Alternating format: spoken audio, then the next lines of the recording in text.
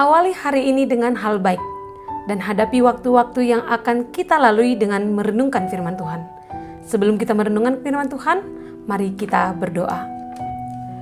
Damai sejahtera Allah yang melampaui segala akal, kiranya memelihara hati dan pikiran kamu sekalian di dalam nama Tuhan Yesus Kristus. Amin. Jemaat yang terkasih dalam nama Tuhan Yesus Kristus, Renungan Harian HKBP Sutoyo Senin 29 Maret 2021 tertulis di Matius 24 ayat 14. Demikian dikatakan, dan Injil kerajaan ini akan diberitakan di seluruh dunia, menjadi kesaksian bagi semua bangsa. Sesudah itu barulah tiba kesudahannya. Dalam bahasa Batak dikatakan, los baritano tondo barita na ulion, nataringo tuha rajoni dilia portibion. Lau maka tidak koca tu saluhut bangso, dung pei asaro ujungna. Demikianlah firman Tuhan. Dunia sekarang ini sedang menunjukkan kepada kebinasaan kita. Dunia tidak menunjukkan tanda-tanda memperbaiki diri. Hidup manusia di dalam dunia ini lamban laut semakin sulit. Tuhan Yesus sendiri berkata bahwa dunia akan mengalami goncangan-goncangan. Berbagai kesulitan hidup akan muncul dalam dunia ini. Semua itu harus terjadi menjelang zaman baru. Teks Matius pasal 24 ini memberikan informasi kepada kita bahwa intensitas kejahatan semakin meningkat. Di samping itu, intensitas penyesatan terhadap orang-orang percaya juga semakin menjadi-jadi. Hal ini menunjukkan kepada kita bahwa dunia bukan tempat yang aman, karena dunia dan keindahannya hanyalah sementara. Semua yang kelihatan hanya sekedar fantasi. Fenomenanya tidak kekal. Permulaan menjelang zaman baru ini memang harus kita lalui. Bagaimana caranya menyambut hari kesudahan itu? Dan bagaimana pula supaya kita tidak terseret dalam tipuan dunia ini? Cara menyambut hari kesudahan itu ibarat kita sedang membangun sebuah jalan. Maka ketika kita membangun sebuah jalan diperlukan penataan batu-batu yang besar dan harus dipecah-pecah dan ditata dan disusun sedemikian rupa.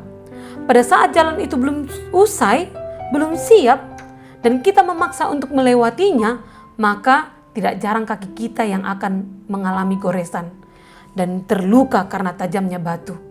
Sedangkan jika kita melewatinya dengan menggunakan kendaraan bermotor, maka tidak jarang juga roda akan tertusuk batu dan menjadi rusak atau bahkan akan meletus. Tetapi semuanya itu akan menjadi baik setelah mengalami proses pengaspalan dan penghalusan. Maka semua jalan yang mulus dan kenyamanan berkendaraan akan segera kita nikmati jikalau itu proses itu sudah kita lalui. Begitu pula akan kedatangan Tuhan Yesus Kristus yang kedua kalinya. Semua orang percaya harus mempersiapkan jalan, sarana, prasarananya agar didapatinya kita siap menyambut kedatangannya. Tetapi kedatangannya tidak dengan pesta, dengan menyambut dengan karpet merah. Tetapi mari kita lihat di dalam kitab Yesaya 29 ayat 6 atau di Lukas 17 ayat 24 dikatakan, kedatangan Tuhan Yesus akan didahului dengan guntur, gempa, suara hebat dalam puting beliung, dan nyala api yang hebat dan akan memakan habis segalanya. Permulaan seperti ini yang akan mendahului sebelum kedatangan Tuhan Yesus Kristus ke dunia ini. Hanya dengan menyerahkan hidup kita kepadanya lah kita mampu menghadapi hari kesudahan itu.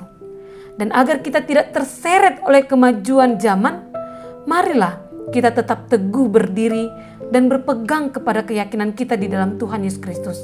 Dan senantiasa berjaga-jaga dan berdoa menjelang zaman baru itu. Mari yakinkan Injil yang diberitakan bagi kita, agar tetap bisa bertahan menjelang hari kesudahan itu. Mari terus membangun iman kita, yang menjadi jalan keselamatan bagi kita kelak.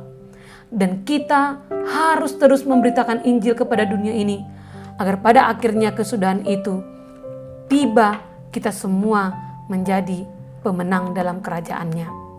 Namun tetaplah ingat, walaupun dunia ini mengalami kesudahannya, tetapi kasih Tuhan tidak akan pernah berkesudahan bagi orang yang percaya. Amin. Mari kita berdoa. Tuhan, kami telah mendengarkan firman-Mu yang menyatakan bahwa dunia ini akan berlalu bagi kami. Dunia ini akan mengalami kesudahannya. Namun kasih-Mu tak akan berkesudahan bagi kami. Oleh karena itu teguhkan iman kami Tuhan. Ajarkan kami memakai setiap waktu kami sebagai kesempatan untuk melakukan yang Engkau kehendaki. Sebagai buah iman kami kepadamu, ya Tuhan. Terima kasih ya Allah. Amin. Jemaat yang terkasih, selamat mengisi waktu Anda hari ini untuk menyambut kehadiran Tuhan dan tetap menjaga kesehatan dan lakukan protokol yang dianjurkan bagi kita sekalian untuk berhadapan dengan pandemik yang sedang kita hadapi saat ini. Tuhan Yesus memberkati. Shalom.